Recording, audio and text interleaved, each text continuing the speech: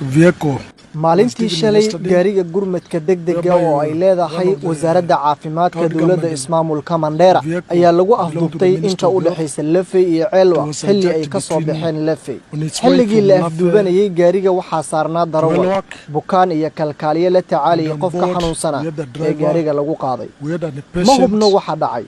laakiin waxaan malaynaynaa in dabley ka tirsan kooxda al-shabaab inay afduubteen gaarigaasi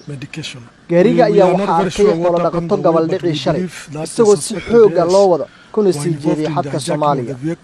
waxaan wadnaa xiriir aan la sameynayno maamulka dhinaca kale iyo odayaasha si ay xaaladani wax uga qabtaan waxaan ku rajo weynahay in gaariga iyo dadka oo badqaba la soo celin doono inagoo ku xisaabtamayna laamaha ammaankeeda iyo maamulka guddiga kale iyo wixii kale oo inoo sahli karaba waan ka xunnahay wixii dhacay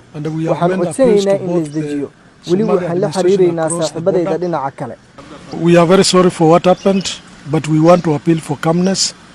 We are still in touch with our brothers across. warar dheeraad ah ayaa ka soo baxaya gaari nooca ambulanska ah oo lagu qafaashay inta u dhaxayso Ceelwaaq iyo Lafey warbixin ciidanka booliska ay sheegeen ayaa tibaaxaysa in baabuurkan loo dhaadhiciyay dhanka xuduudda Soomaaliya xubnaha afduubay baabuurkan oo aan la hubin ayaa looga shakisan yahay inay yihiin dagaalyahanada xarakada al-shabaab 4 qof ayaa la xaqiijiyay in baabuurkan ay saarnaayeen oo lagu afduubay waxaana lagu kala xusay in ay kala yihiin Mawlid Cabdi oo ahaa qof bukaan ah da'diisuna lagu sheegay 40 sano jir